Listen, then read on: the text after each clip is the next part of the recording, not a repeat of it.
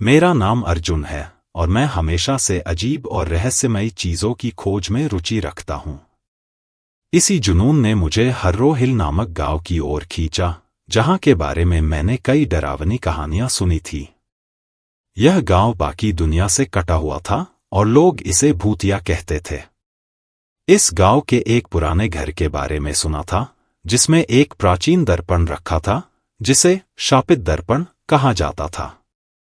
मैंने ठान लिया कि मैं इस रहस्य से पर्दा उठाकर दुनिया के सामने सच लाऊंगा।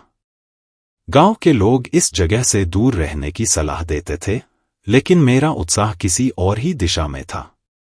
एक शाम मैंने गांव के ही एक बूढ़े आदमी से उस घर की दिशा पूछी और अकेला चल पड़ा। घर काफी पुराना था, चारों ओर सन्नाटा फैला हुआ था। जैसे ही मैं अंदर पहुंचा, वहां अजीब सी ठंडक महसूस हुई। घर की दीवारों पर धूल जमा थी और फर्नीचर भी पुराना और टूट चुका था। मुझे घर के एक कोने में एक बड़ा दर्पण दिखा, जो अब भी चमक रहा था। उसके चारों ओर अजीब चित्र और निशान बने हुए थे, जो किसी प्राचीन भाषा में थे। मैंने दर्पण को छुआ और अचानक एक ठंडी हवा मेरे शरीर में दौड़ गई। उस समय मुझे कोई अजीब घटना नहीं दिखी, लेकिन भीतर कहीं एक अजीब सी बेचैनी महसूस हो रही थी। मैंने उस रात दर्पण को ध्यान से देखने और उसकी तस्वीरें लेने का निश्चय किया। रात होते ही मैं उसी कमरे में सोने का फैसला किया जहां वह दर्पण था। जैसे जैसे रात गहरी होती गई, अजीब आवाजें मेरे कानों में गूंजने लगीं। ऐसा लग रहा था जैसे कोई मेरे कान के पास धीरे धीरे फुसफुसा रहा हो। मैंने कई बार उठकर कमरे को देखा, लेकिन वहां कुछ भी नहीं था। जब मैंने दर्पण की ओर देखा, तो उसमें एक धुंधली आकृति दिखी, जो बिल्कुल मेरे पीछे खड़ी थी। मुझे लगा कि यह मेरी आंखों का भ्रम है, लेकिन जब मैंने पीछे मुड़कर देखा, तो कोई नहीं था। अब मेरा दिल तेजी से धड़कने लगा था। मैंने खुद को शांत करने की कोशिश की और सोने की कोशिश की, लेकिन वह अजीब आवाजें बंद नहीं हो रही थी। अगली सुबह मैं थोड़ा बेचैन महसूस कर रहा था। रात का अनुभव मेरे मन में घूम रहा था, लेकिन मैं इसे नजरअंदाज करने की कोशिश कर रहा था। गांव में किसी को इस बारे में बताना मुझे सही नहीं लगा, क्योंकि मुझे डर था कि वे मुझे पागल समझेंगे। दोपहर होते होते मैंने दर्पण को फिर से देखने का निर्णय लिया। जैसे ही मैंने उसकी ओर देखा, मुझे उसमें फिर वही धुंधली छाया दिखाई दी। इस बार वह छाया और भी स्पष्ट थी।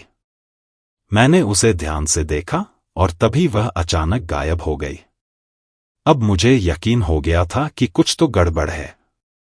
मैंने सोचा कि शायद इस दर्पण से जुड़ा कोई भयानक रहस्य है। मैंने कुछ किताबें खंगालीं और पाया कि इस दर्पण के बारे में कई रहस्य छिपे थे।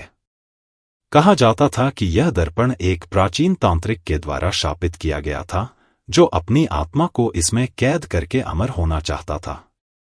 जैसे जैसे दिन बीतते गए, दर्पण के साथ मेरी बेचैनी भी बढ़ती गई। मैं हर बार जब उस दर्पण की ओर देखता, मुझे उसमें कोई न कोई अजीब छाया या चेहरा नजर आता। एक दिन मैंने दर्पण के सामने खड़े होकर उससे कुछ पूछने की कोशिश की, क्या यहां कोई है? जवाब में कुछ नहीं हुआ।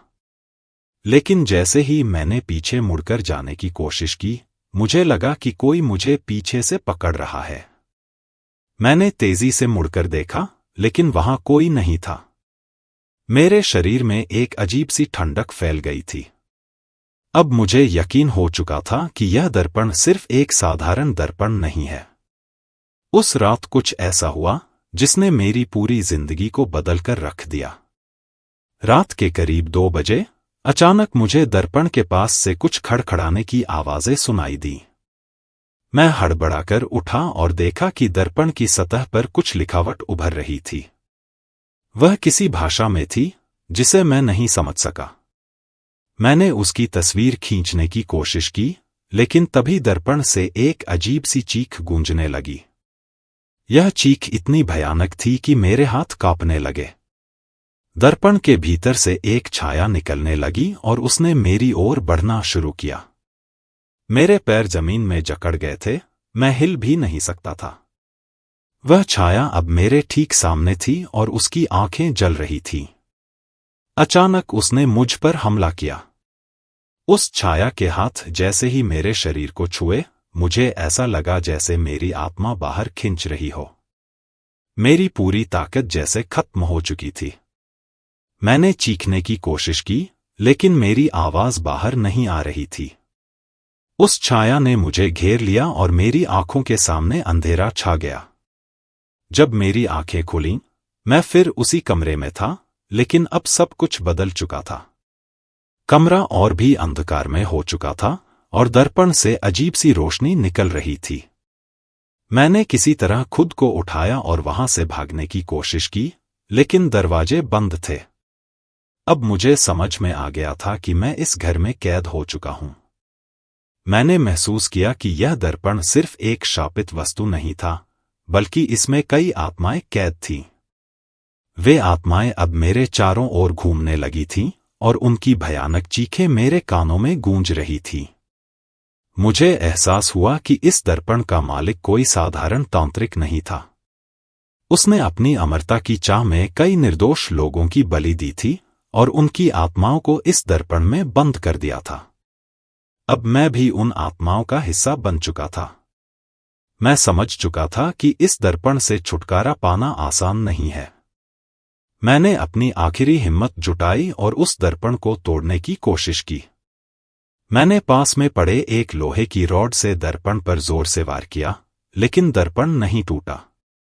इसके बजाय दर्पण से निकलने वाली छाया और भी प्रबल हो गई। वह अब मेरे शरीर पर पूरी तरह से हावी हो चुकी थी। मैंने अपनी पूरी ताकत से चिल्लाया, लेकिन कोई सुनने वाला नहीं था।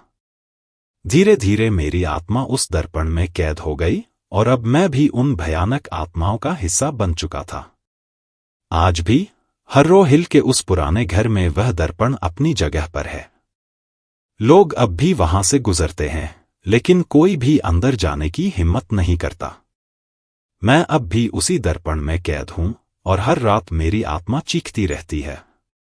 अगर तुम कभी उस दर्पण के पास जाओ, तो मेरी चीखें तुम्हें सुनाई देंगी और शायद तुम भी इस शापित दर्पण का शिकार बन जाओ। शायद यही मेरी कहानी का अंत है, या शायद यह एक नई शुरुआत है, एक और शिकार के इंतजार में।